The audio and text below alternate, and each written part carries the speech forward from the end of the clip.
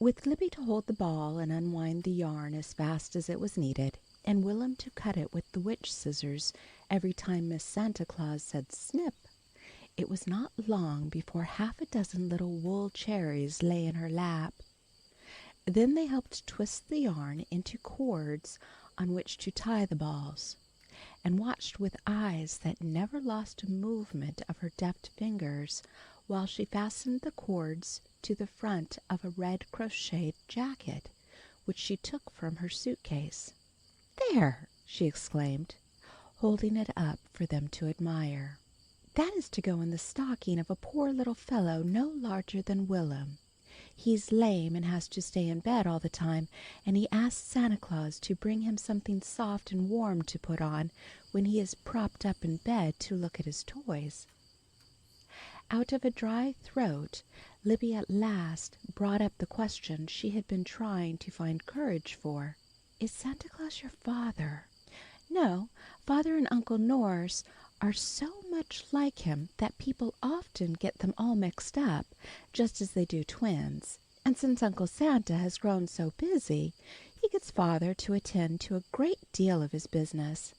In fact, our whole family has to help. He couldn't possibly get around to everybody as he used to when the cities were smaller and fewer. Lately he has been leaving more and more of his work to us. He's even taken to adopting people into his family so that they can help him. In almost every city in the world now he has an adopted brother or sister or relative of some sort, and sometimes children not much bigger than you ask to be counted as members of his family. It's so much fun to help." Libby pondered over this news a moment before she asked another question. "Then does he come to see them and tell them what to do?" "No, indeed. Nobody ever sees him. He just sends messages, something like wireless telegrams. You know what they are?" Libby shook her head. She had never heard of them. Miss Santa Claus explained. "And his messages pop into your head just that way," she added. "I was as busy as I could be one day studying my algebra lesson, when all of a sudden, pop, came the thought into my head that little Jamie Fitch wanted a warm red jacket to wear when he sat up in bed, and that Uncle Santa wanted me to make it. I went downtown that very afternoon and bought the wool, and I knew that I was not mistaken by the way I felt afterward. So glad and warm and Christmassy. That's why all his family love to help him. He gives them such a happy feeling while they are doing it." It was Will'm's turn now for a question. He asked it abruptly, with a complete change of base. "Did you ever see a stepmother?" "Yes, indeed. And Cousin Rosalie has one. She's Uncle Norse's wife. I've just been visiting them." "Has she got a tush?" What?" was the astonished answer. "He means a tusk," explained Libby. "All the cruel ones have 'em, Susie Peters says." "Sticking out this way, like a pig's," Will'm added eagerly, at the same time pulling his lip down at one side to show a little white tooth in the place where the dreadful fang would have grown had he been the cruel creature in question. "Mercy, no!" was the horrified exclamation. "That kind live only in fairy tales, along with ogres and giants. Didn't you know that?" Will'm shook his head. "Me and Libby was afraid ours would be that way, and if she is, we're going to do something to her. We're going to shut her up in an awful dark cellar or something." Miss Santa looked grave. Here was a dreadful misunderstanding. Somebody had poisoned these baby minds with suspicions and doubts which might embitter their whole lives. If she had been only an ordinary fellow passenger, she might not have felt it her duty to set them straight, but no descendant of the family of which she was a member could come face to face with such a wrong without the impulse to make it right. It was an impulse straight from the Sky Road. In the carol service of the chapel, the night before she left school, the dean had spoken so beautifully of the way they might all follow the star, this Christmastide, with their gifts of frankincense and myrrh.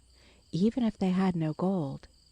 Here was her opportunity, she thought, if she were only wise enough to say the right thing. Before she could think of a way to begin, the waiter came through the car, sounding the first call for dinner. Time was flying. She'd have to hurry and make the most of it before the journey came to an end. Putting the little crocheted jacket back into her suitcase and snapping the clasps, she stood up. "Come on," she said, holding out a hand to each. "We'll go into the dining car and get something to eat." Libby thought of the generous supper in the pasteboard box which they had been told to eat as soon as it was dark, but she allowed herself to be led down the aisle without a word. A higher power was in authority now. She was as one drawn into a fairy ring. Now at last the ride on the Pullman blossomed into all that Will'm had pictured it to be. There was the gleam of glass, the shine of silver, and the glow of shaded candles, and himself at one of the little tables, while the train went flying through the night like a mighty winged dragon, breathing smoke and fire as it flew. Miss Santa Claus studied the printed card beside her plate a moment, and then looked into her pocketbook before she wrote the order. She smiled a little while she was writing it. She wanted to make this meal one that they would always remember, and was sure that children who lived at such a place as the Junction had never before eaten strawberries on Christmas Eve, a snow-covered Christmas Eve at that. She had been afraid for just a moment when she first peeped into her purse that there wasn't enough left for her to get them. No one had anything to say while the order was being filled. Will'm and Libby were too busy looking at the people and things around them, and their companion was too busy thinking about something she wanted to tell them after a while. Presently the steward passed their table, and Will'm gave a little start of recognition, but he said nothing. It was the same man whose locket he had found, and who had promised to tell Santa Claus about him. Evidently he had told, for here was Will'm in full enjoyment of what he had longed for. The man did not look at Will'm, however. He was too busy attending to the wants of impatient grown people to notice a quiet little boy who sat next to the wall and made no demands.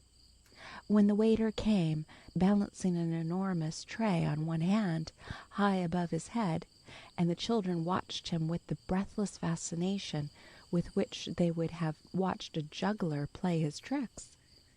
It was a simple supper, for Miss Santa Claus was still young enough to remember what had been served to her in her nursery days. But it was crowned by a dish of enormous strawberries, such as Will'm had seen in the refrigerator of the car kitchen, but nowhere else. They never grew that royal size at the Junction. But what made the meal more than one of mortal enjoyment, and transformed the earthly food into ambrosia of the gods, was that while they sifted the powdered sugar over their berries, Miss Santa Claus began to tell them a story. It was about the Princess Ina, who had 6 brothers whom a wicked witch changed into swans. It was a very interesting story, the way she told it, and more than once both Libby and Will'm paused with their spoons halfway from berries to mouth, the better to listen. It was quite sad, too, for only once in 24 hours, and then just for a few moments, could the princes shed their swan skins and be real brothers again. At these times they would fly back to their sister Ina, and with tears in their eyes beg her to help them break the cruel charm. At last she found a way, but it would be a hard way for her. She must go alone, and in the fearsome murk of the gloaming, to a spot where wild asters grow. The other name for them is starflower. If she could pick enough of these star flowers to weave into a mantle for each brother, which would cover them from wing-tip to wing-tip, then they would be free from the spell as soon as it was thrown over them. But the flowers must be gathered in silence. A single word spoken aloud would undo all her work, and it would be a hard task, for the star flowers grew only among briars and weeds, and her hands would be scratched with thorns and stung by nettles. Yet no matter how badly she was torn or blistered, she must not break her silence by one word of complaint. Now the way Miss Santa told that story made you feel that it was you and not the Princess Ina who was groping through the fearsome gloaming after the magic flowers. Once Libby felt the scratch of the thorns so plainly that she said, "Oh," in a whisper, and looked down at her own hands, half expecting to see blood on them. And Will'm forgot to eat entirely when it came time to weave the last mantle, and there wasn't quite enough material to piece it out to the last wing-tip. Still, there was enough to change the last swan back into a real brother again, even if one arm never was quite as it should be. And when all 6 brothers stood around their dear sister, weeping tears of joy at their deliverance, Will'm's face shone as if he had just been delivered from the same fate himself. "Now," said Miss Santa Claus, when the waiter had brought the bill and gone back for some change, "you must never, never forget that story as long as you live. I've told it to you because it's a true charm that can be used for many things. Aunt Ruth told it to me. She used it long ago when she wanted to change Rosalie into a real daughter.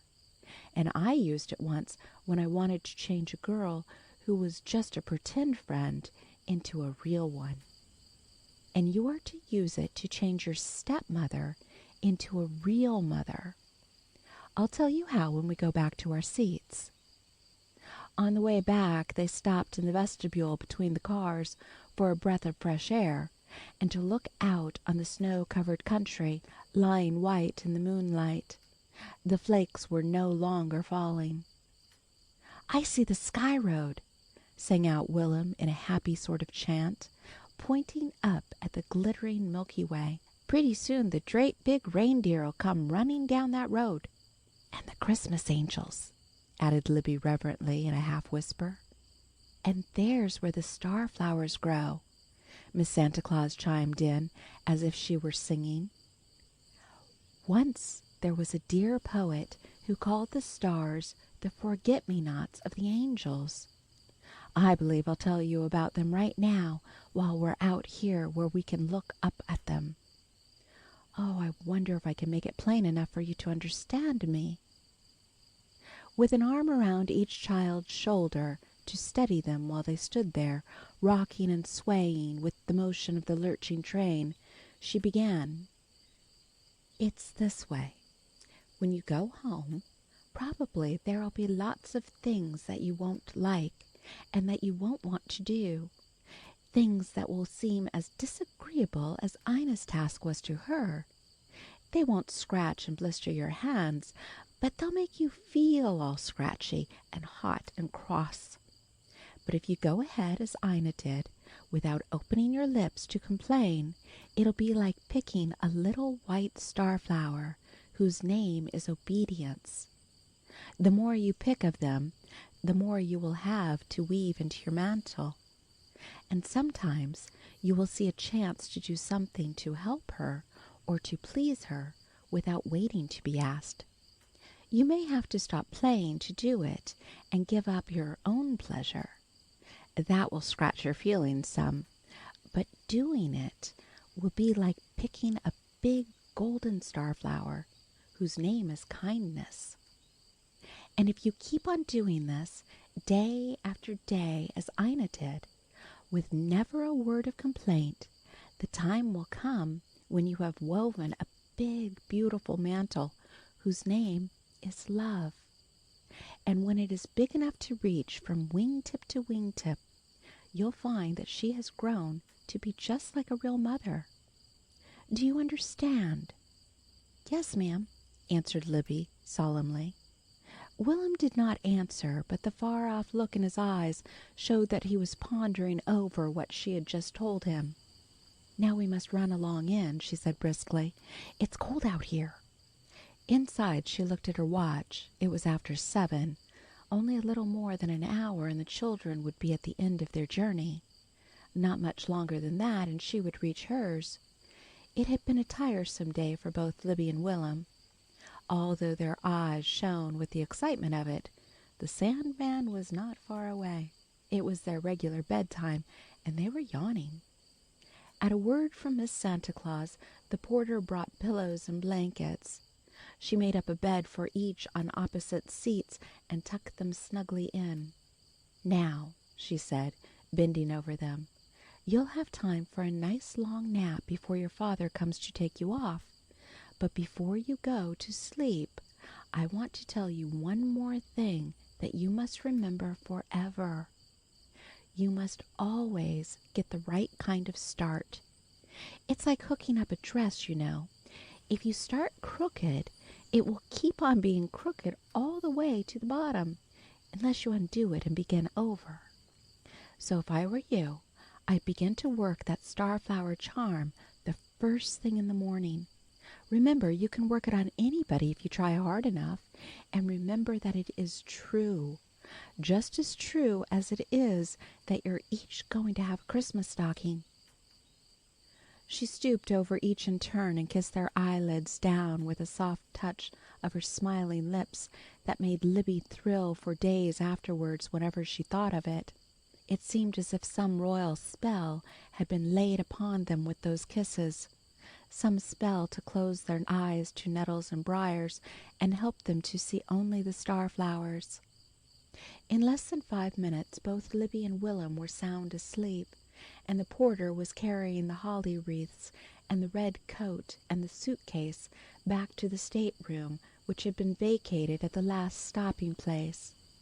In 2 minutes more Miss Santa Claus had emptied her suitcase out on the seat beside her, and was scrambling over the contents in wild haste. For no sooner had she mentioned stockings to the children than pop had come one of those messages straight from the Sky Road, which could not be disregarded. Knowing that she would be on the train with the 2 children from the junction, Santa Claus was leaving it to her to provide stockings for them. It worried her at first, for she couldn't see her way clear to doing it on such short notice and in such limited quarters. But she had never failed him since he had first allowed her the pleasure of helping him, and she didn't intend to now. Her mind had to work as fast as her fingers. There wasn't a single thing among her belongings that she could make stockings of, unless— She sighed as she picked it up and shook out the folds of the prettiest kimono she had ever owned. It was the softest possible shade of gray, with white cherry blossoms scattered over it, and it was bordered in wide bands of satin, the exact color of a shining, ripe red cherry. There was nothing else for it. The lovely kimono must be shorn of its glory, at least on one side. Maybe she could split what was left on the other side and reborder it all with narrower bands. But even if she couldn't, she must take it. The train was leaping on through the night. There was no time to spare. Snip, snip went the witch scissors, and the long strip of cherry satin was loose in her hands. 20 minutes later, 2 bright red stockings lay on the seat in front of her, bordered with silver tinsel. She had run the seams hastily with white thread, all she had with her, but the stitches did not show, being on the inside. Even if they had pulled themselves into view in places, all defects of sewing were hidden by the tinsel with which the stockings were bordered. She had unwound it from a wand which she was carrying home with several other favors from the German of the night before. The wand was so long that it went into her suitcase only by laying it in diagonally. It had been wrapped around and around with yards of tinsel, tipped with a silver gauze butterfly. While she stitched, she tried to think of something to put into the stockings. Her only hope was in the train boy, and she sent the porter to bring him. But when he came, he had little to offer. As it was Christmas Eve, everybody had wanted his wares, and he was nearly sold out. Not a nut, not an apple, not even a package of chewing gum could he produce. But he did have somewhere among his things, he said, 2 little toy lanterns with red glass sides, filled with small mixed candies, and he had several oranges left. Earlier in the day he had small glass pistols filled with candy. He departed to get the stock still on hand. When the lanterns proved to be miniature conductor's lanterns, Miss Santa Claus could have clapped her hands with satisfaction. Children who played train so much would be delighted with them. She thrust one into each stocking with an orange on top. They just filled the legs, but there was a dismal limpness of foot which sadly betrayed its emptiness. With another glance at her watch, Miss Santa Claus hurried back to the dining car. The tables were nearly empty, and she found the steward by the door. She showed him the stockings and implored him to think of something to help fill them. Hadn't he nuts, raisins, anything, even little cakes that she could get in a hurry? He suggested salted almonds and after-dinner mints, and sent a waiter flying down the aisle to get some. While she waited, she explained that there were 2 children who had come by themselves all the way from the junction. It was little Willem's first ride on a Pullman. The words junction and Willem seemed to recall something to the steward. "I wonder if it could be the same little chap who found my locket," he said. "I took his name intending to send him something for Christmas, but was so busy I never thought of it again." The waiter was back with the nuts and mints. Miss Santa Claus paid for them and hurriedly returned to the stateroom. She had to search through her things again to find some tissue paper to wrap the salted almonds in. They'd spoil the red satin if put in without covering. While she was doing it, the steward came to the door. "I beg pardon, miss," he said, "but would you mind showing me the little fellow? If it is the same one, I'd like to leave him a small trick I've got here." She pointed down the aisle to the seat where Willem lay sound asleep, one dimpled fist cuddled under his soft chin. After a moment's smiling survey, the man came back. "That's the kid, all right," he told her, "and he seemed to be so powerfully fond of anything that has to do with the train. I thought it would please him to find this in his stocking." He handed her a small-sized conductor's punch. "I use it to keep tally on the order cards," he explained, "but I won't need it on the rest of this run." "How lovely!" exclaimed Miss Santa Claus. "I know he'll be delighted, and I'm much obliged to you myself for helping me make his stocking fuller and nicer."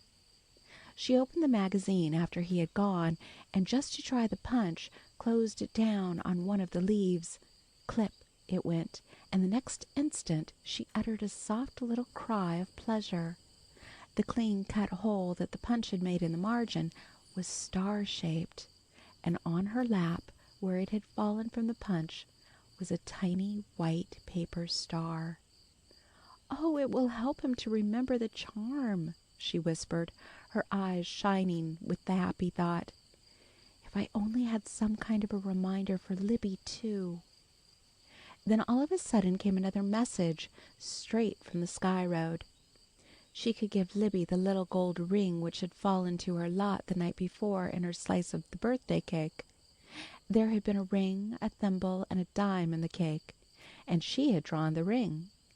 It was so small, just a child's size, that she couldn't wear it, but she was taking it home to put in her memory book. It had been such a beautiful evening that she wanted to mark it with that little golden circlet, although of course it wasn't possible for her to forget such a lovely time, even in centuries. And Libby might forget about the star-flowers unless she had a daily reminder. She held it in her hand a moment, hesitating, till the message came again. Send it. Then there was no longer any indecision. When she shut it in its little box and stuffed the box down past the lantern and the orange and the nuts and the peppermints into the very toe, such a warm, glad, Christmassy feeling sent its glow through her that she knew past all doubting she had interpreted the Sky Road message aright. Many of the passengers had left the car by this time, and the greater number of those who remained were nodding uncomfortably in their seats. But those who happened to be awake and alert saw a picture they never forgot, when a lovely young girl, her face alight with the joy of Christmas love and giving, stole down the aisle and silently fastened something to the back of the seat above each little sleeper. It was a stocking, red and shining as a cherry, and silver bordered with glistening fairy fringe. When they looked again, she had disappeared, but the stocking still hung there, tokens which were to prove to those same little sleepers on their awakening that the star-flower charm is true. For love indeed works miracles, and every message from the Sky Road is but an echo of the one the Christmas angels sang when first they came along that shining highway, the heralds of goodwill and peace to all the earth. Christmas morning, when Willem awoke, he was as bewildered as if he had opened his eyes in a new world. He was in a little white bed, such as he had never seen before, and the blankets were blue, with a border of white bunnies around each one. Between him and the rest of the room was a folding screen, like a giant picture book cover, showing everybody in Mother Goose's whole family. He lay staring at it a while, and when he recognized Tommy Tucker and Simple Simon and Mother Hubbard's dog, he didn't feel quite so lost and strange as he did at first. Always at the junction, he had to lie still until Uncle Neil made the fire and the room was warm. But here it was already warm, and he could hear steam hissing somewhere. It seemed to be coming from the gilt pipes under the window. Wondering what was on the other side of the screen, he slid out from under the bunny blankets and peeped cautiously around the wall of Mother Goose pictures. It was Libby on the other side, in another little white bed just like his. With one spring he pounced up on top of it and squirmed in beside her. The first moment of Libby's awakening was as bewildering as Willem's had been. Then she began to have a confused recollection of the night before. She remembered being lifted from the pillow on the car seat and hugged and kissed, and having her limp, sleepy arms thrust into elusive coat sleeves. Somebody held her hand and hurried her down the aisle after her father, who was carrying Willem, because he was so sound asleep that they couldn't even put his overcoat on him. It was just wrapped around him. Then she remembered jolting across the city in an omnibus, with her head on a muff in a lady's lap, and of leaning against that same lady afterwards while her clothes were being unbuttoned and her eyelids kept falling shut. She had never been so sleepy in her whole life that she could remember. Suddenly she sat straight up in bed and stared at something hanging on the post of the low footboard. A Christmas stocking, all red and silver, and for her. Even from where she was, she could read the name that Miss Santa Claus had printed in big letters on the scrap of paper pinned to it. Libby. Only those who have thrilled with that same speechless rapture can know the tithe of the bliss which filled Libby's soul as she seized it, her first Christmas stocking, and began to explore it with fingers trembling in their eagerness. When down in the very toe she found the little shiny gold ring like Maudie Peters's, all she had breath for was a long indrawn of ecstasy. "Oh, Willem!" she exclaimed when she could find speech. "Aren't you glad we believed?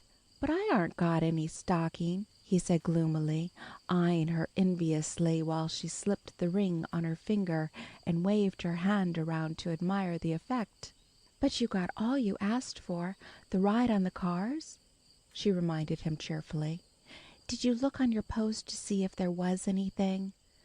No, he had not looked, and at the suggestion he sprang out of Libby's bed like a furry white kitten in his little teasel-down night drawers, made with feet to them, and knelt on top of his own bunny blankets. "Oh, Libby, there is one, there is!" he cried excitedly. "It slipped around to the back of the post where I couldn't see it before. Look, an orange and a lantern just like yours. And what's this? Oh, look!"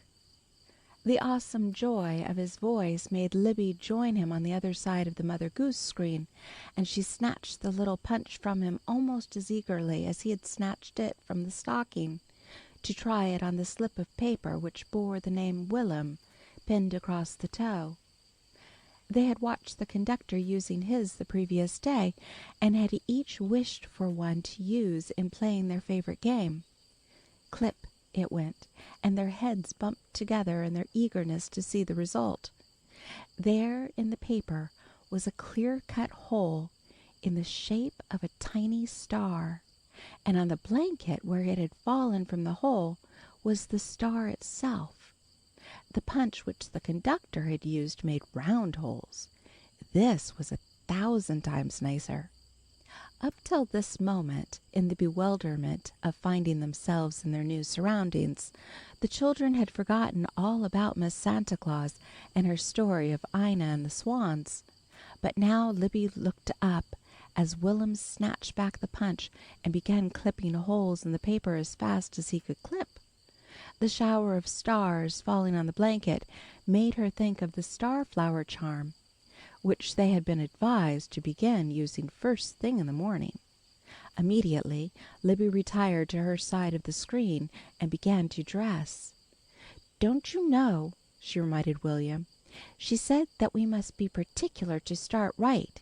It's like hooking up a dress. If you start crooked, everything will keep on being crooked all the way down. I'm going to get started right, for I've found it's just as easy to be good as it is to be bad when you once get used to trying." Will'm wasn't paying attention. He had punched the slip of paper so full of holes it wouldn't hold another one, and now he tried the punch on the edge of one of the soft blankets, just to see if it would make a blue star drop out. But the punch didn't cut blankets as evenly as it did paper. Only a snip of wool came loose and stuck in the punch, and the hole almost closed up afterwards when he picked at it a little. He didn't show it to Libby. That is the last he thought of the charm that day, for their father put his head in at the door to call a Merry Christmas, and say that he'd be in a few minutes to help him into his clothes, and that their mother would come too to tie Libby's hair ribbons and hurry things along, because they must hustle down to breakfast to see the grand surprise she had for them. Then Will'm hurried so fast that he was in his clothes by the time his father came in. He had even washed his own face and hands after a fashion, and there was nothing to be done for him but to brush his hair. And while his father was doing that, he talked and joked in such an entertaining way that Will'm did not feel at all strange with him as he had expected to. But he felt strange when presently his father exclaimed, "Here's Mother," and somebody put her arms around him and kissed him and wished him a Merry Christmas. And then she did the same to Libby. She looked so smiling and home-like that she seemed more like Miss Sally Watts or somebody they had known at the Junction than a stepmother. If Will'm hadn't known that she was one, and that he was expected to love her, he would have liked her right away, almost as much as he did Miss Sally. But he felt shy and uncomfortable, and he didn't know what to call her. The name Mamma didn't belong to her. It never could. That belonged to the beautiful picture hanging on the wall where it could be seen from both little beds, last thing at night and first thing in the morning. They had had a smaller picture just like it at the Junction, but this was more beautiful because it showed the soft pink in her cheeks and the blue in her smiling eyes, and the other was only a photograph. Will'm knew as well as Libby did that the reason their father had kept talking about "your mother" all the time he was brushing his hair was because he wanted them to call her that. But he couldn't.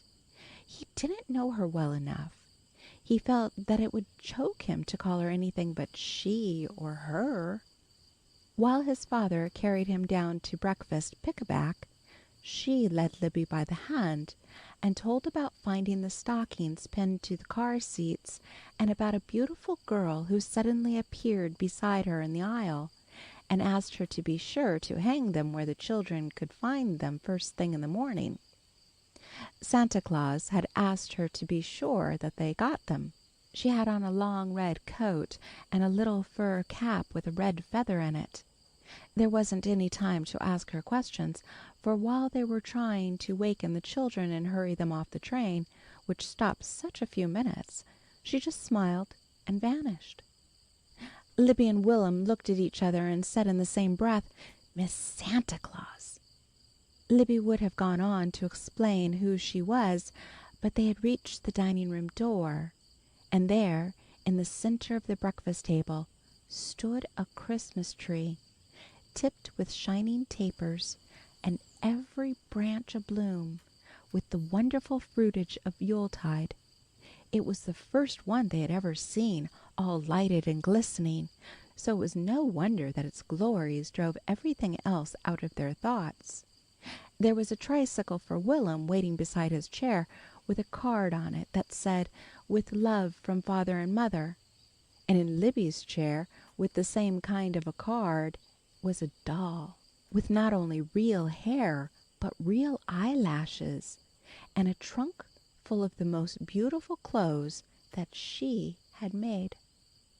As it was a holiday, their father could give his entire time to making them forget that they were miles and miles from Grandma Neal and the Junction. So what with the snow fort in the yard, and a big Christmas dinner, and a long sleigh ride afterward, they were whirled from one exciting thing to another, till nightfall. Even then there was no time to grow lonely, for their father sat in the firelight, a child on each knee, holding them close, while she played on the piano, soft, sweet lullabies, so alluring that the Sandman himself had to steal out to listen. It was different next morning when their father had to go back to the office, but the hooking up started out all right for Libby. She remembered it while she was washing her hands and saw the gleam of the little new ring on her finger. So her first shy question, when they were left alone with her, was, "Don't you want me to do something?" The desire to please was so evident that the answer was accompanied by a quick hug which held her close for a moment. "Yes, dear. If you can just play with your little brother and keep him contented a while, it will be more help than anything." Libby skipped promptly away to do her bidding. She knew that Will'm would want to go thundering up and down the back hall in his tricycle, playing train with the lantern and the punch. She would far rather devote her time to the new doll, for she hadn't yet tried on half its wardrobe. But Miss Santa Claus's words came back to her very clearly. "It will be like picking a little white flower whose name is Obedience." Feeling that she was following in the footsteps of the Princess Ina, she threw herself into the game of railroad train until Will'm found it more thrilling than it had ever been before. Later in the morning they trundled the tricycle out into the backyard to ride up and down the long brick pavement which led to the alley gate. The snow had been swept off and the bricks were dry and clean. They took turns riding. The tricycle was the engine, and the one whose turn it was to go on foot ran along behind, personating the train. They had been at the sport some time when they suddenly became aware that someone was watching them. A small boy with curious bulging eyes and a mouth shaped like a round O was peeking in at them between the pickets of the alley gate.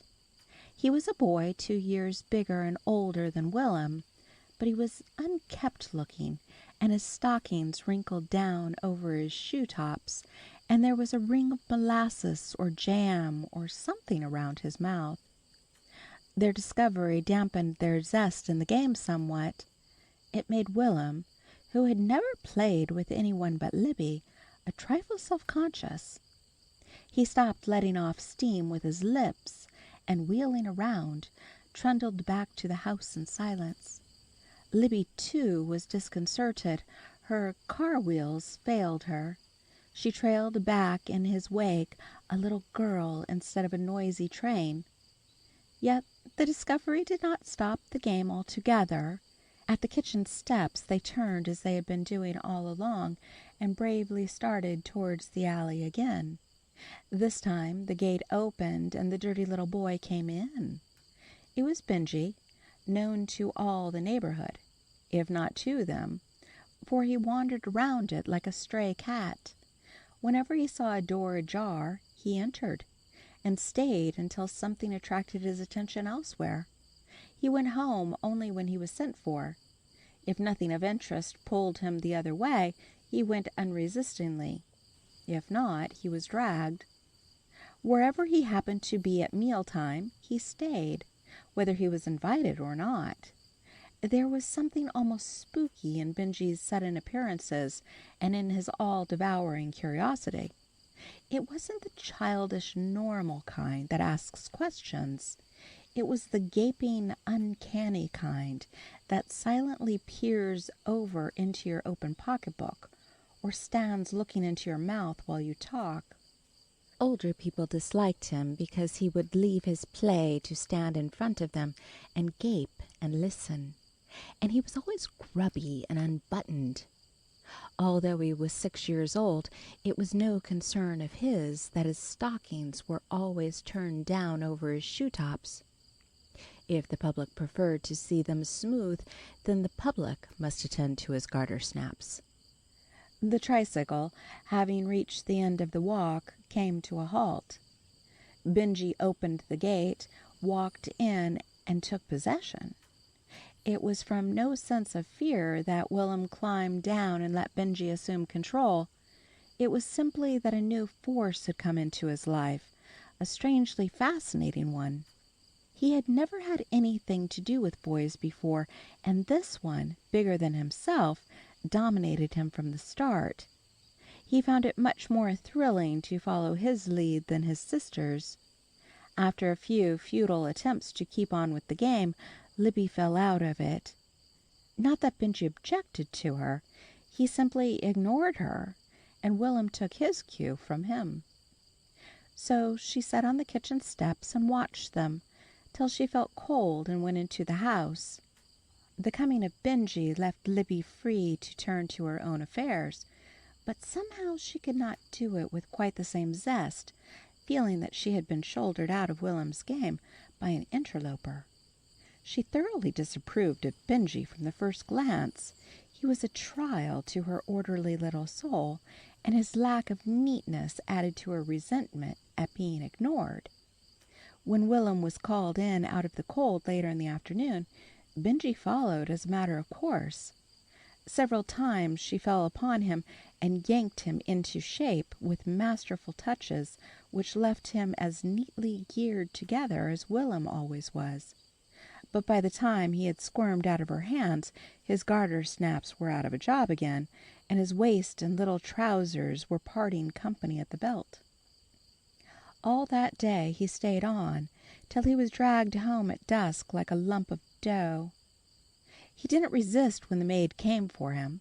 He simply relaxed and left all the exertion of getting home entirely to her. When the door closed behind him, Libby drew a long breath of relief, as if she had been 27 instead of just 7. He hadn't done anything, but his wild suggestions had kept Will'm on the verge of doing things all day. He was in the act of prying the seat off his new tricycle by Benjy's orders when she went in and stopped him. And she went into the nursery just in time to keep him from doing some unheard-of thing to the radiator, so that it would blow off steam like a real engine. Will'm had always been such a sensible child, with a conscience of his own about injuring things, that she couldn't understand why all of a sudden he should be possessed to do 100 things that he ought not to do. It was a relief to find that the spell lifted with Benjy's removal. He came and cuddled down beside her in the big armchair before the fire, waiting for supper time to come, and somehow she felt that she had her own little brother again. He had seemed like a stranger all day, but her exile from his company had not been without its compensations. "I can play three blind mice. See how they run," she told him as they rocked back and forth. "She taught me. She came in while I was touching the keys just as easy, so that they hardly made a sound, and asked me did I want to learn to play on them. And I said, oh yes, more than anything in the world. And she said that was exactly the way she used to feel when she was a little girl like me living at the Junction.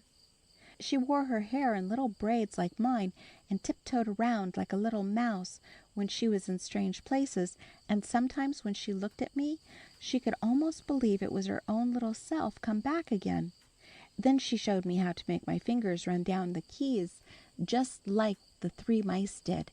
She's going to teach me more every day till I can play it for Father some night.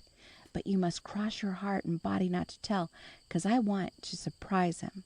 Will'm crossed as directed, and stood by much impressed when Libby climbed up on the piano stool and played the 7 notes which she had learned over and over. "Three blind mice, see how they run." "Tomorrow she's going to show me as far as they all took after the farmer's wife. I wish it was tomorrow, right now." She gave an eager little wiggle that sent her slipping off the stool. "Oh, I like it here now," she exclaimed, reseating herself and beginning an untiring reiteration of the 7 notes. "So do I, some," answered Will'm. "I like it kind of bingy, but I don't like to hear so much blind mice. You make 'em run too long."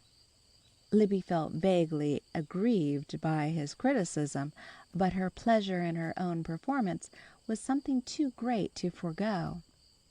Next morning, while they were dressing, the door opened silently, and Bingy appeared on Will'm's side of the screen. He came so noiselessly that it gave Libby a start when later on she was made aware of his presence. His host, equally wordless, was struggling with a little union suit of woolen underwear. He was wordless because he was so busily occupied trying to get into it, and the unexpected entrance made him still more anxious to cover himself. Grandma Neal had always helped him with it, but he had valiantly fought off all offers to help since coming to his new home. This morning, slightly bothered by the presence of his self-invited guest, he got it so twisted that no matter how he turned it, one leg and one sleeve were always wrong side out. Benjy watched with his curious bulging eyes, and his mouth making a round open O was of no more help than one of those heathen idols who, having eyes, see not, and having hands, handle not. But he finally made a suggestion. He was eager to begin playing. "Ah, leave 'em go. Don't try to put 'em on." It was this unexpected remark in a voice not her brother's which made Libby drop her button-hook on the other side of the screen. "But it'll be cold," objected William, staring at the strip of wintry landscape which showed through his window. "Nah, you won't," was the confident answer. "Your outside clothes are thick." "But I never have left them off," said Will'm, ready to cry over the exasperating tangle of legs and sleeves. Libby, all dressed but buttoning her shoes, heard Will'm being thus tempted of the evil one, and peeping around the giant picture book cover, discovered him standing in nothing but his tiny knee breeches, preparing to slip his Russian blouse of blue serge over his bare back. "Why, Will'm Branfield, stop this minute and put on your underclothes," she demanded. Then, growing desperate as her repeated commands were not obeyed, she called threateningly, "If you don't put them on this minute, I'll tell on you." "Huh? Who'll you tell?" jeered Benjy. "Mr. Bramfield's down cellar talking to the furnace man, and Will'm doesn't have to mind her. She ain't his mother." The question gave Libby pause. Not that it left her undecided about telling, but it reminded her that she had no title to give her when she called for help. It was like trying to open a door that had no knob, to call into space without having any handle of a name to take hold on first. There was no time to lose. Will'm was buttoning himself up in his blouse. Libby hurried to the top of the stairs and called, "Say!" There was no answer, so she called again, "Say!" Then at the top of her voice, "Say! Will'm's leaving off his flannels. Please come and make him behave." The next instant her heart began to beat violently, and she waited in terror to see what was going to happen. She wished passionately that she had not told. Suppose she had brought down some cruel punishment on her little brother. Her first impulse had been to array herself on the side of law and order, but her second was to spread her wings like an old hen in defense of its only chick. When she came into the room, Will'm was backing up defiantly against the wall.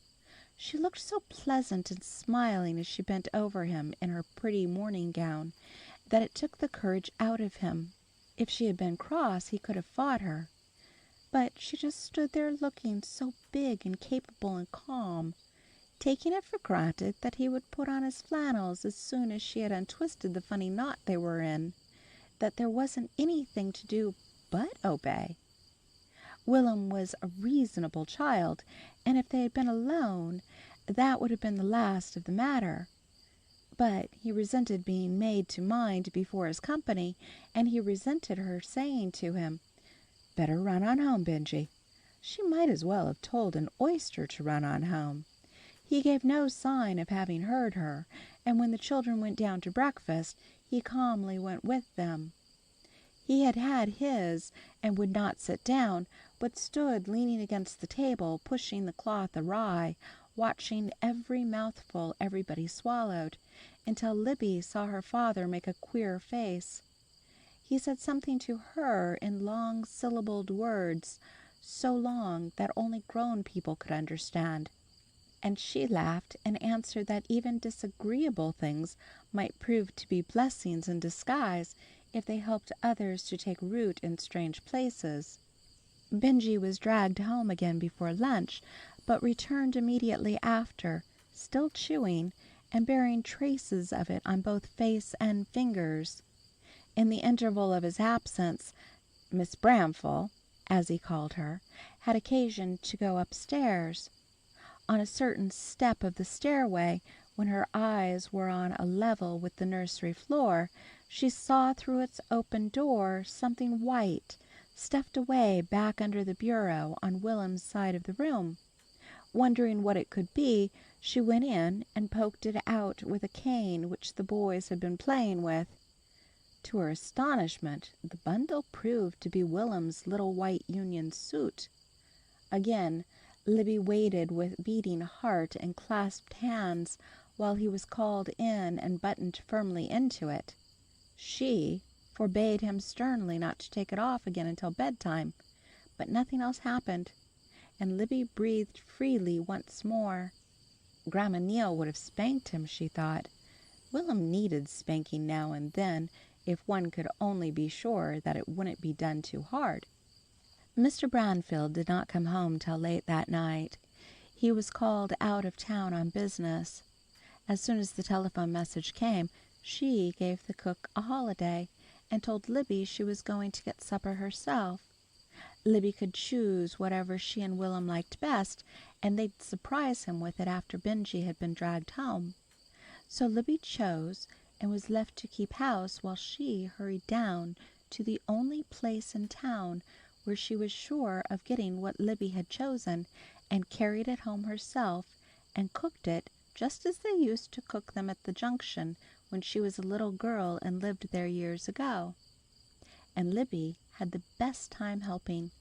As she followed her about the kitchen, she thought of the things she intended to tell Maudie Peters the first time they went back to the Junction to visit. She and Libby talked a great deal about their prospective visit, for she had made playhouses under the same old thorn trees by the brook where Libby's last one was. and she had coasted down Clifford Hill many a time, and she had even sat in the third seat from the front in the row next to the western wall one whole term of school. That was Libby's own seat.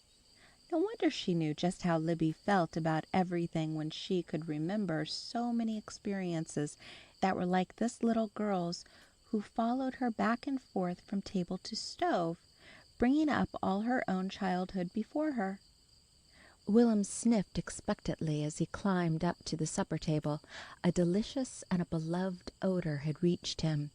He smiled like a full moon when his plate was put in front of him and his spoon went hurriedly up to his mouth. "Oh, rabbit dravy!" he sighed ecstatically.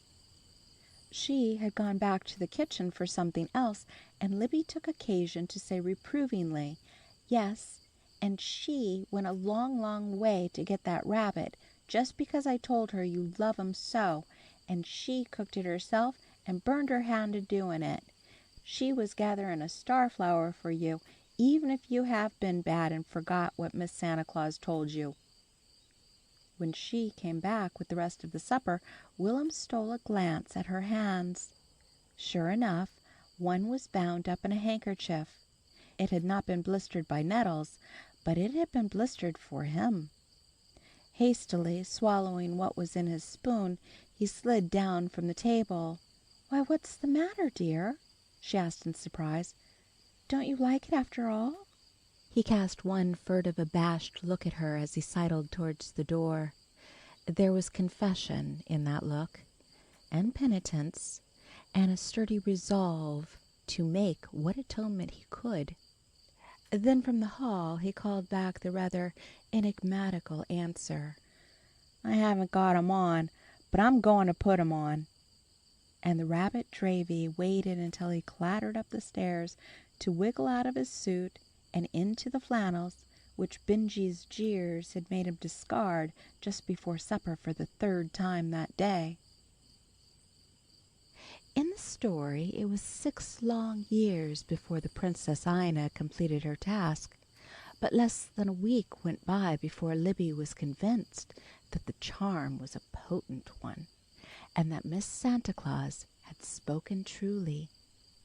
But there was one thing she could not understand. In the story, one found the star-flowers only among nettles and briars, and gathered them to the accompaniment of scratches and stings. Yet she was finding it not only a pleasure to obey this new authority, but a tingling happiness to do anything for her which would call forth some smile of approval or a caress. Still, she saw that the story way was the true way in Will'm's case, for so many things that he was told to do made him feel all cross and scratchy and hot. They interfered with his play, or clashed with the ideas he imbibed from Benjy. Some of Benjy's ideas were as catching and distorting as the mumps. The conductor's punch did not long continue to be the daily reminder to Will'm that Libby's ring was to her, for it mysteriously disappeared one day and was lost for months. It disappeared the very day that a row of little star-shaped holes was found along the edge of the expensive Holland window shade in the front window of the parlor. Benjy had suggested punching them. He wanted a lot of little stars to paste all over their shoes. Why he wanted them, nobody but he could understand. But the punch served its purpose, for the Holland shade was not taken down on account of the holes, and whenever the row of little stars met Molly Branfield's eyes, they reminded her of the day when Libby threw herself into her arms, calling her mother for the first time, and sobbing out the story of Ina and the swans. Distressed by Will'm's wickedness, Libby begged her not to stop loving him, even if he did keep on being naughty, and to try the charm on him which would change him into a real little son. Many a time in the months which followed, the row of little holes brought a smile of tolerant tenderness when she was puzzling over ways to deal with the stubbornness of the small boy who resented her authority. She knew that it was not because he was bad that he resented it, but because, as Libby suggested, he had started out wrong in his hooking up. Many a time Libby was moved to say mournfully, "Oh, if he'd just remember what Miss Santa Claus told him, this never would have happened." It was not every day, however, that this crookedness was apparent.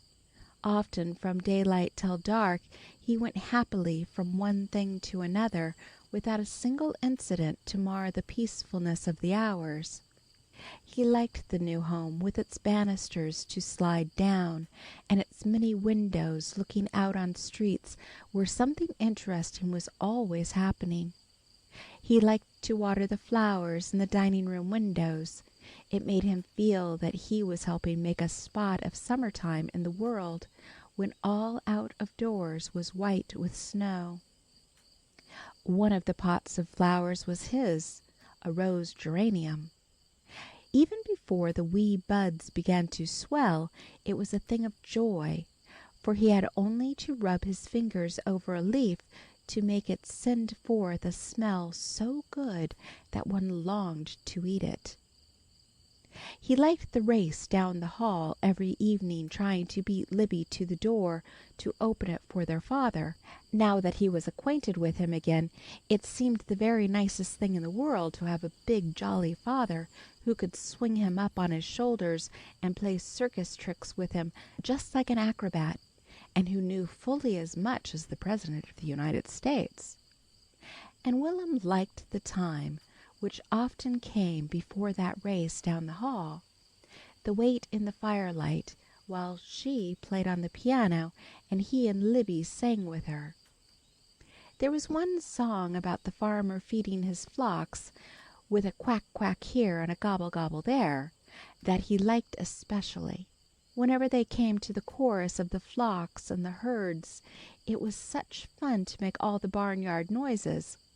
Sometimes, with their lusty mooing and lowing, the noise would be so great that they would fail to hear the latchkey turn in the door, and first thing they knew, there their father would be in the room mooing with them, in a deep voice that thrilled them like a bass drum. Libby entered school after the holidays, and Benjy started back on his second half year, but he did not go regularly. Many a day when he should have been in his classes, he was playing war in the Branfield attic or circus in the nursery. It was always on those days that the crookedness of Will'm was more manifest, and for that reason a great effort was made periodically to get rid of Benjy. But it seemed a hopeless task.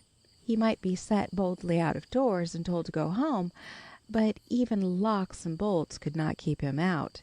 He oozed in again somewhere, just like smoke. Repeated telephone messages to his mother had no effect. She seemed as indifferent to his being a nuisance to the neighbors as he was to his garter snaps being unfastened. Several times, thinking to escape him, when he had announced his intentions the night before of coming early, Mrs. Branfield took William downtown with her shopping. But he trailed them around the streets just like a little dog till he found them and attached himself as joyously as if they had whistled to him. And he looked even worse than an unwashed, uncombed little terrier, for he was always unbuttoned and ungartered besides. Upon these appearances, Will'm, who a moment before had been the most interested and interesting of companions, pointed at the shop windows and asked questions in a high, happy little voice, would pull loose from his companion's hand and fall back beside Benjy. The worst of it was that the unwelcome visitor rarely did anything that could be pointed out to Will'm as an offense. It was simply that his presence had a subtle, moving quality like yeast, which started fermentation in the Branfield household whenever he dropped into it. Fortunately, when summer came, Benjy's mother departed to the seashore, taking him with her, and Will'm made the acquaintance of the children on the next block. There were several boys his own size who swarmed in the Branfield yard continually. He had a tent for one thing, which was an unusual attraction, and a slide. Up to a reasonable point he had access to a cookie jar and an apple barrel. Often little tarts found their way to the tent on mornings when "the gang" proposed playing elsewhere, and often the long hot afternoons were livened with pitchers of lemonade in which ice clinked invitingly, a nice big chunk apiece, which lasted till the lemonade was gone and could be used afterward in a sort of game. You dropped them on the ground to see who could pick his up and hold it the longest with his bare toes. Will'm had a birthday about this time, with 5 candles on his cake, and 5 boys, besides Libby, to share the feast. He loved all these things. He was proud of having treats to offer the boys, which they could not find in any other yard on that street, and in time he began to love the hand which dealt them out. He might have done so sooner if Libby had not been so aggravating about it. She always took occasion to tell him afterward that such kindnesses were the little golden star flowers Mother was gathering for him, and that he ought to be ashamed to do even the littlest thing she told him not to, when she was so good to him. Unfortunately, Libby had overheard her mother speak of her as a real little comfort in the way she tried to uphold her authority and help her manage Will'm. The remark made her doubly zealous, and her efforts, in consequence, doubly offensive to Will'm. He was learning early that a saint is one of the most exasperating people in the world to live with. Even when they don't say anything, they can make you feel the contrast sometimes so strongly that you want to be bad on purpose, just because they are the way they are. Libby's little ring still turned her waking thoughts in the direction of Ina and the swans, and her morning remarks usually pointed the same way. The cherry red stocking with its tinsel fringe hung from the side of her mirror, the most cherished ornament in the room, and a daily reminder of Miss Santa Claus, who was forever enshrined in her little heart as one of the dearest memories of her life. She felt that she owed everything to Miss Santa Claus. But for her, she might have started out crooked, and might never have found her way to the mother love which had grown to be such a precious thing to her that she could not bear for Will'm not to share it fully with her. He learned to fight that summer, and nothing made him quite so furious as to have Libby interfere when he had some boy down, and by sheer force of will, it seemed, since her 3 years' advantage in age gave her little in strength, pull him off his adversary, flapping and scratching like a little gamecock. Sometimes it made him so angry that he wanted to tear her to pieces. The worst of it was that she always took Libby's part on such occasions, and never seemed to understand that it was necessary for him to do these things. She always looked so sorry and worried when he was dragged into the house, roaring and resentful. Gradually, as summer wore on into the autumn, it began to make him feel uncomfortable when he saw that sorry, worried look. It hurt him worse than when she sent him to his room or tied him to the table leg for punishment. And one night when he had openly defied her and been impudent, she did not say anything. But she did not kiss him good night as usual. That hurt him worst of all. He lay awake a long time thinking about it. Part of the time he was crying softly, but he had his face snuggled close down in the pillow so that Libby couldn't hear him. He wished with all his heart that she was his own real mother. He felt that he needed one. He needed one who could understand, and who had a right to punish him. It was because she hadn't that right that he resented her authority. All the boys said she hadn't. If she did no more than call from the window, "Don't do that, Will'm," they'd say in an undertone, "You don't have to pay attention to her." They seemed to think it was all right for their mothers to slap them and scold them and cuff them on the ears. He'd seen it done. He wouldn't care how much he was slapped and cuffed, if only someone who was his truly own did it. Somebody who loved him. A queer little feeling had been creeping up in his heart for some time. Very often when she spoke to Libby, she called her little daughter, and she and Libby seemed to belong to each other in a way that shut Will'm out and gave him a lonesome, left-in-the-cold feeling. Will'm was a reasonable child, and he was just, and up there in the dark, where he could be honest with himself, he had to acknowledge that it was his own fault that she hadn't kissed him good night. It was his fault because, having started out crooked, he didn't seem to be able to do anything but to go on crooked to the end. He couldn't tell her, but he wished, oh, how he wished that she could know how he felt, and know that he was crying up there in the dark about it. He wished he could go back to the Junction and be Grandma Neal's little boy. She always kissed him good night, even on days when she had to switch him with a peach tree switch. When he was a little bigger, he would just run off and go back to Grandma Neal. But next morning he was glad that he was not living at the Junction, for he started to kindergarten, and a world of new interests opened up before him. Benjy came back to town that week, but he did not find quite the same tractable follower. Will'm had learned how to play with other boys, and how to make other boys do his bidding, so he did not always allow Benjy to dictate. Still, the leaven of an uneasy presence began working again, and worked on till it was suddenly counteracted by the coming of another Christmas season. Both Libby and Will'm began to feel its approach when it was still a month off. They felt it in the mysterious thrills that began to stir the household, as sap raising in a tree thrills it with stirrings of spring. There were secrets and whisperings.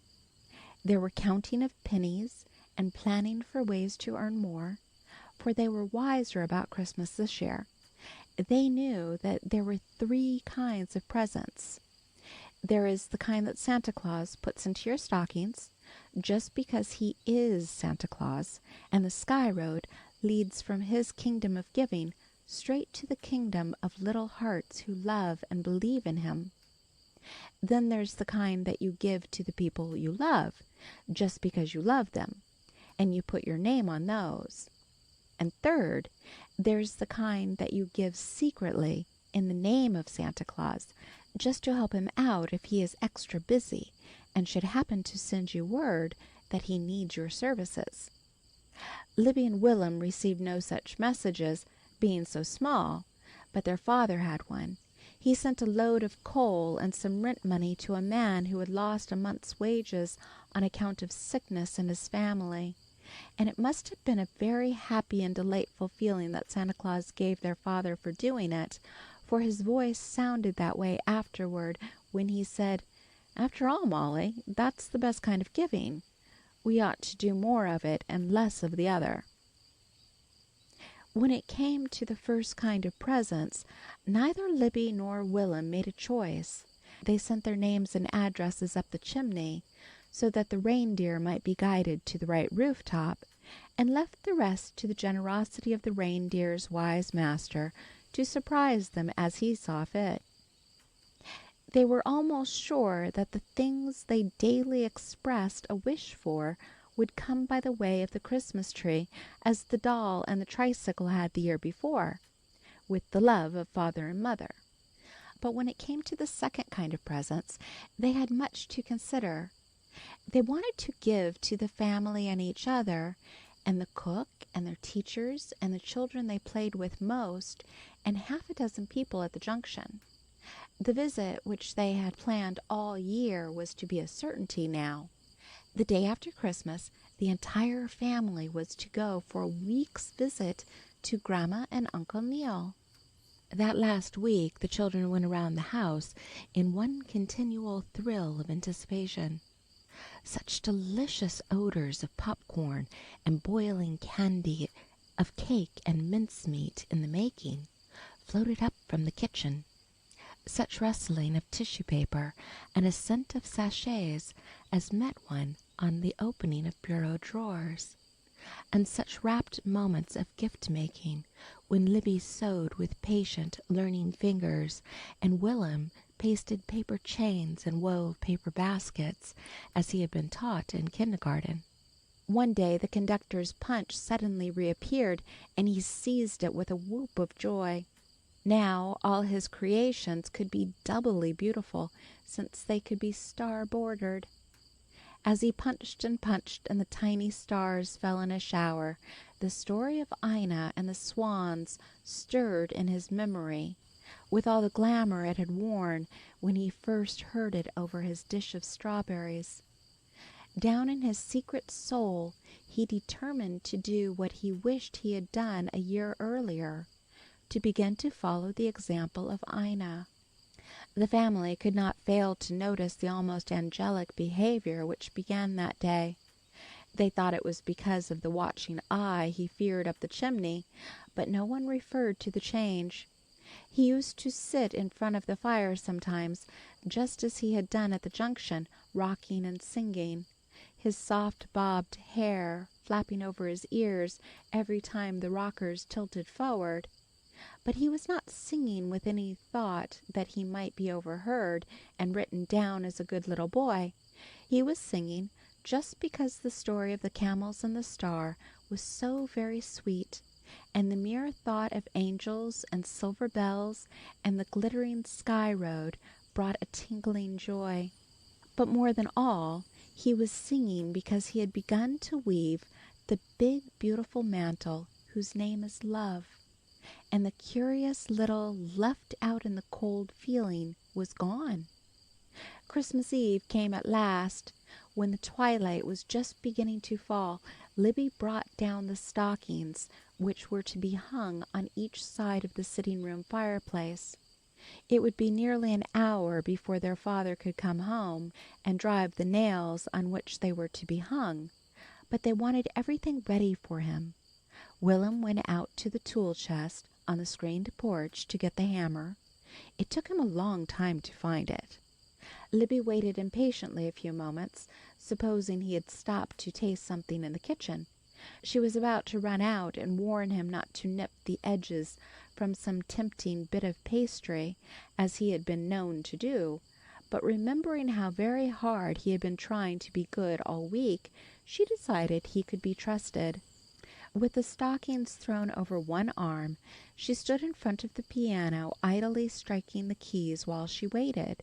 She had learned to play several tunes during the year, and now that she was 8 years old, she was going to have real lessons after the holidays and learn to read music. How much she had learned since the first time her little fingers were guided over the keys. She struck those earliest learned notes again. 3 blind mice, see how they run. She could play the whole thing now, faster than flying. She ran down the keys over and over again. Then for about the 20th time, they all took after the farmer's wife. She stopped short, both hands lifted from the keys to listen. Her face blanched until even her lips were pale. Such a sound of awful battling was coming from the backyard. Recognizing Will'm's voice, she ran out through the kitchen to the yard. "It's that everlasting Benjy again," called the cook as Libby darted out the door to rescue Will'm from she knew not what. But it was Benjy who needed rescuing this time. Will'm sat on top, so mighty in his wrath and fury that he loomed up fearsomely to the bigger boy beneath him, whose body he bestrode, and whose face he was battering with hard and relentless little fists. Both boys were blubbering and crying, but Will'm was roaring between blows, "Take it back! Take it back!" Whatever it was, Benjy took it back just as Libby appeared, and being allowed to stagger up, started for the street, loudly boo-hooing at every step as he found his way homeward, for once of his own volition. The cries had startled Libby, but they were as nothing to the sight that met her eyes when she led Will'm, so blinded by his own tears that he needed her guidance, to the light of the kitchen door. What she saw sent her screaming into the house with agonizing calls for mother. She still held on to Will'm's hand, pulling him along after her. From forehead to chin, one side of his face was scratched as if a young tiger cat had set his claws in it. A knot was swelling rapidly on his upper lip, and one hand was covered with blood. Mrs. Branfield gave a gasp as she came running in answer to Libby's calls. "Why, you poor child!" she cried, gathering him up to her and sitting down in the big rocker with him in her lap. "What happened? What's the matter?" He was sobbing so convulsively now, with long, choking gasps, that he couldn't answer. She saw that his face was only scratched, but snatched up his hand to examine the extent of its injuries. As he looked at it, too, the power of speech came back to him, in a degree. "That isn't my blood," he sobbed. "It's Benjy's blood." "Oh, Will'm," moaned Libby, "on Christmas Eve, just when you've been trying so hard to be good, too." She picked up the stockings which she had dropped on running out of the house, and laid his over the back of a chair, as if she realized the hopelessness of hanging it up now, after he had acted so. At that, almost a spasm of sobs shook him. He didn't need anybody to remind him of all he had forfeited and all he had failed in. That was what he was crying about. He didn't mind the smarting of his face or the throbbing of his swollen lip. He was crying to think that the struggle of the last week was all for naught. He was all crooked with her again. She didn't want him to fight, and she'd never understand that this time he just had to. The arms that held him were pressing for an answer. "Tell me how it happened, dear." Between gulps it came. "Benjy said for me to come on, and to go to the grocery with him, and I said that my mother didn't want me to." "Yes?" encouragingly, as he choked and stopped. He had never called her that before. "And Benjy said, like he always does, that you wasn't my mother anyhow, and I said you was. If he didn't take it back, I'd beat him up." Libby was crying too now, from sympathy. He'd been told so many times he must not fight that she was afraid he would have to be punished for such a bad fight as this. To be punished on Christmas Eve was just too awful. She stole an anxious glance towards the chimney, then toward her mother. But her mother was hugging him tight and kissing him wherever she could find a place on his poor little face that wasn't scratched or swollen. And she was saying in a voice that made a lump come into Libby's throat. It was so loving and tender. "My dear little boy, if that's why you fought him, I'm glad you did it. For you've proved now that you are my little son, my very own." Then she laughed, although she had tears in her eyes herself, and said, "That poor little cheek shows just what fierce nettles and briars you've been through for me. But you brought it, didn't you? The most precious starflower in all the world to me." The surprise of it stopped his tears. She understood. He could not yet stop the sobbing. That kept on doing itself. But a feeling, warm and tender, that he could not explain, seemed to cover him from wingtip to wingtip. A bloody little hand stole up around her neck and held her tight. She was his mother, because she understood. It was all right between them now. It would always be all right, no matter what Benjy and the rest of the world might say. He'd beat up anybody that dared to say they didn't belong to each other. and she wanted him to do it. Presently she led him upstairs to put some healing lotion on his face and wash away the blood of Benjy. Libby, in the deep calm that followed the excitement of so many conflicting emotions, sat down in the big rocking chair to wait for her father. Her fear for Will'm had been so strong, her relief at the happy outcome so great, that she felt all shaken up. A long, long time she sat there thinking.